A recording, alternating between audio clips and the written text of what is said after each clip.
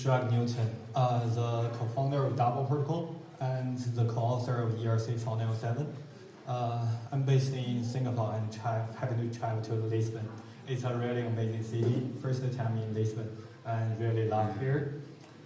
And today I'd like to introduce you about the standard ERC 407. Why do we build it? Okay. Yeah, it works. Why do we build it? What's behind it? Yeah, at the beginning, why do we have such logics? And what's on top of that? Okay, so firstly, please give me some time to introduce my team. There are 3 key points here. The first one is ERC 407. Currently, we have more than 1,500 NFT contracts already deployed on the mainnet, including Ethereum, Polygon, BNB chain. I can see almost all the EVM chains are already there. Secondly, we have 100 plus partners, official partners, all the leading games, Metaverse, and some PFP projects and some membership cards. Yeah, and the chains. So you can see our partners here. The majority is games and Metaverse. Our first partner is Decentraland. And all the developer tools like ThirdWeb released their one-click release function with us. And yeah. So firstly, we have this question: why do people want to rent NFTs? Maybe we didn't think it. Why? Firstly, it's too expensive. Like maybe we didn't hear rental before, but definitely we know guild. We know the scholarship program on Axie. So many people from Philippines, they use a scholarship program to play the game. They don't have enough money to buy the NFT item, so they have to rent it. It's too expensive for them. And secondly, non-phone sale. You know, there are some specific NFTs like the Gen Zero. Yeah, you have enough money, they don't sell. They have already collected it. So but they just keep it in their wallet. If you want to use it, must buy rental. Thirdly, temporary usage. I will give an example later. It's Splinterlands. It's a card game, TCG game. So when you play such TCG game, every round you need 10 plus cards. And for different competitors, you need different cards. So only for one round, would you like to buy a card or a bunch of cards? No, definitely not. Why do we do it? And you need to pay the tax. Why not just rent it for this round? That's why Splinterlands achieved a lot. Yeah, here are the examples. The yellow part is about rental and the blue part is about trading. We can see the difference between them. Rental transactions are 23 times more than trading transactions. And as for the active wallets, similar, 12 times. Okay, and first, leverage. If I have 100 Ether, maybe I can only buy 10 NFTs to play the game. But as for some play-to-earn games, if I want to get more and more players on this base, rent it. As for the rent price, maybe 1 month is less than 10%, mostly just 2 to 3%. I mean, for some popular games, even it's up after a lot, 10% is a fair price, and you can have 10 times leverage. So it's good for the guilds. Yeah, and here are examples. But previously, how do we achieve it? Guilds, like YGG, many guilds. As for such guilds, they have the centralized treasury. So if you are the NFT owners, you are very rich, you own like 1,000 NFTs, but you don't have time to play it. You want to lend it out to the guilds. How can you do it? You must transfer your NFT to the guild's treasury, to their wallet. It means you lose all your control on your NFTs. You can't do anything with that. You must trust the guilds. Come on, it's not crypto, it's not decentralized way. You must trust a third party. And as for the third party, they can hire some scholars to play with these items. But when I talked to many scholars in Philippines, I realized even the guilds take 70% or even higher, they still want to cooperate with these guilds. Why? First thing, that's the only way to make money for them. Secondly, if the guilds take 70%, it means has a good reputation, so they can trust it. They have done something during the GameFi summer. They just the guilds just take like 30%, and the scholars just play with them. 2 weeks later, oh, they didn't receive anything. They can't talk to the guilds anymore. It's a really pity. That's a centralized way. So even 70%, they have to accept it. They must do it. That's a previous structure. Yeah. So I think as for builders, we must change it. We must make some difference here. Okay. And as for rental, how do we make difference? We can say they must do it because everything is based on the owner rights. It's based on the ownership. But as for rental, we just need to separate the usage rights from the owner rights, and trading the usage rights is rental.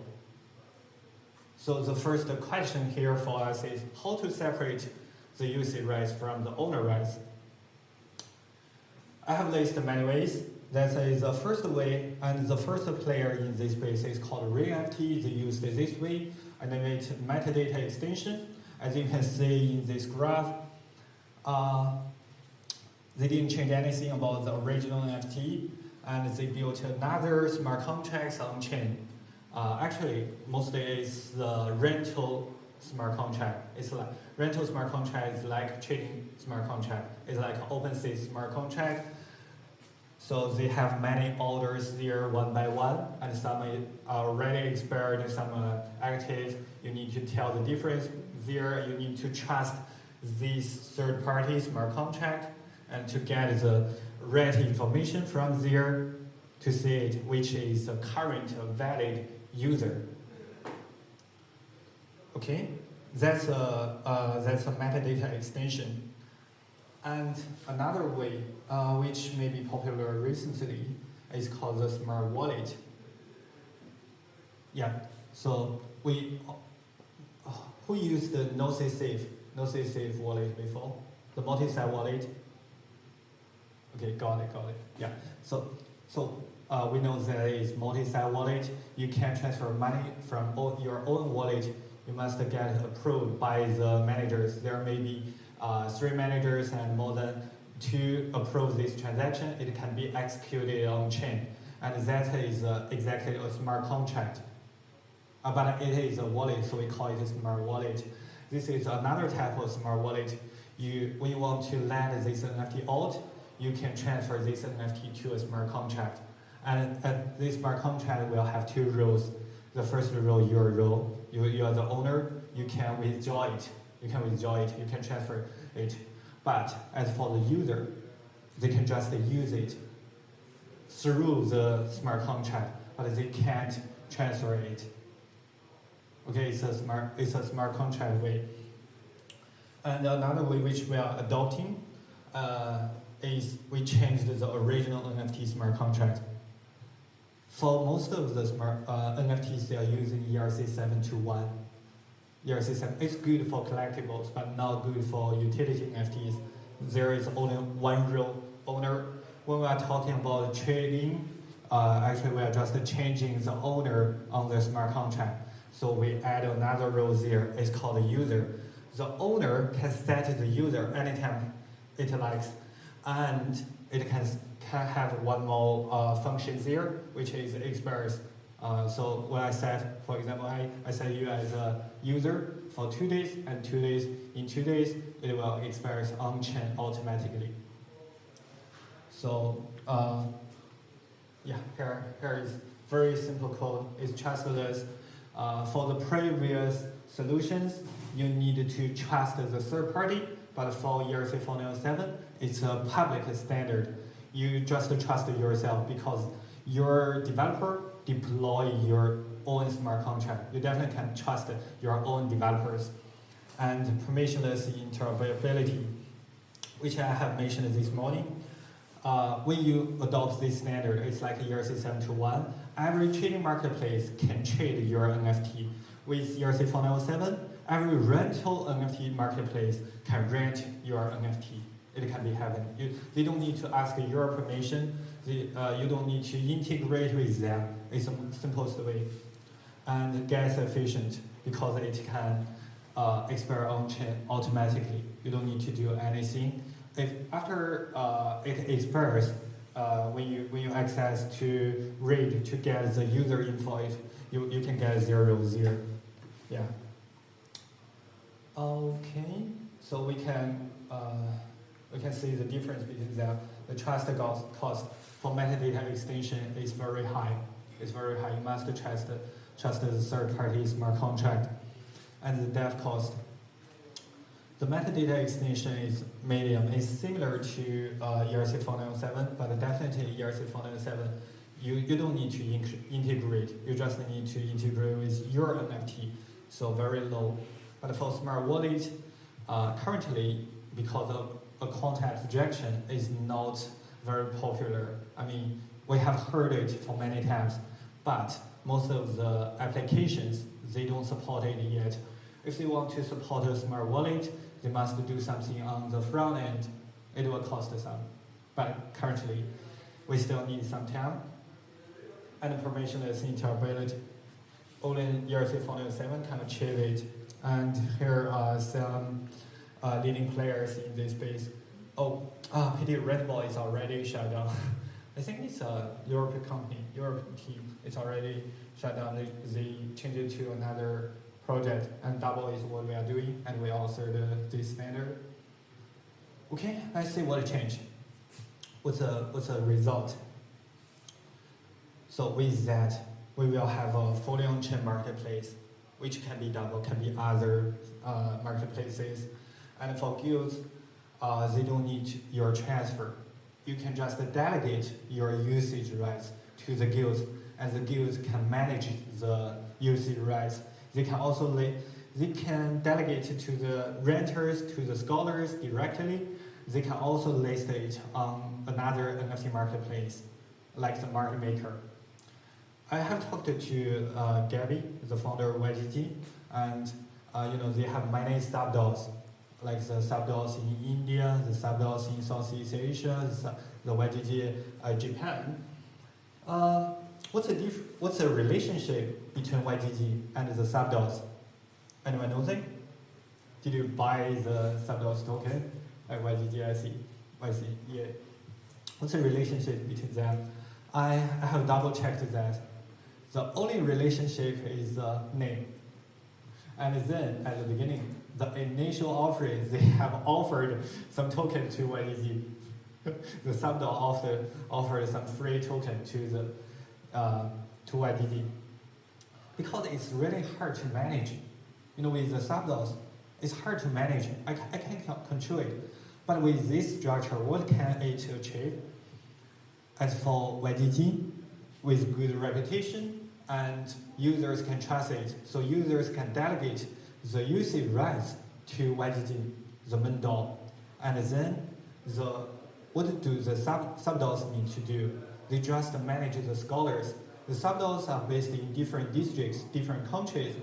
YGG India is based in India, so they can have enough scholars in India. So they don't need to worry about the NFT usage. They don't need to talk to some big wheels. It can be done by YGG itself. So the managed route will be clear for them, like the supply chain. It can set up the supply chain. Okay, that's what I want to talk about the NFT rental space. And when utility NFT is coming, we can say, yeah, we can't stop here. We can't stop here, just a speculation, just buy a token and flip it, just flip NFTs. No. The utility NFTs are coming, like the gaming assets, like the membership cards, and maybe the music, the video NFTs are on the way. When they come, they definitely need to delegate, to manage a good way to manage the UC rights. That's what we are doing. We aim to unlock the liquidity of utility NFTs to have it. Okay, that's all. Thank you.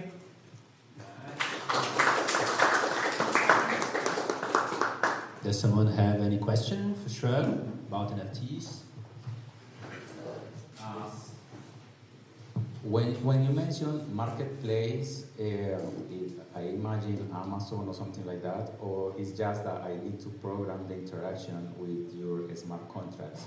The question is, do you have a web page where I can see the listing NFTs, or is all that I need to program directly with the interaction to the smart contracts?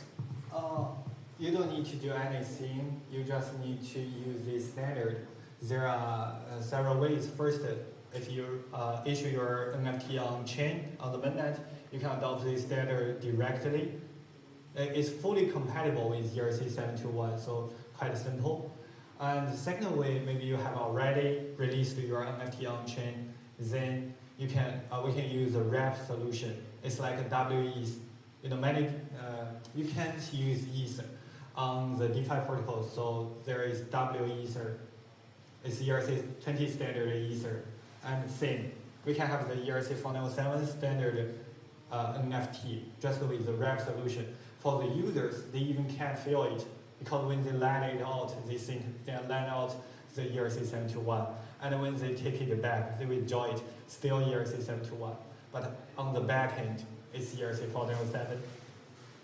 Yeah, and you don't need to do anything with our smart contract, just with your own NFT.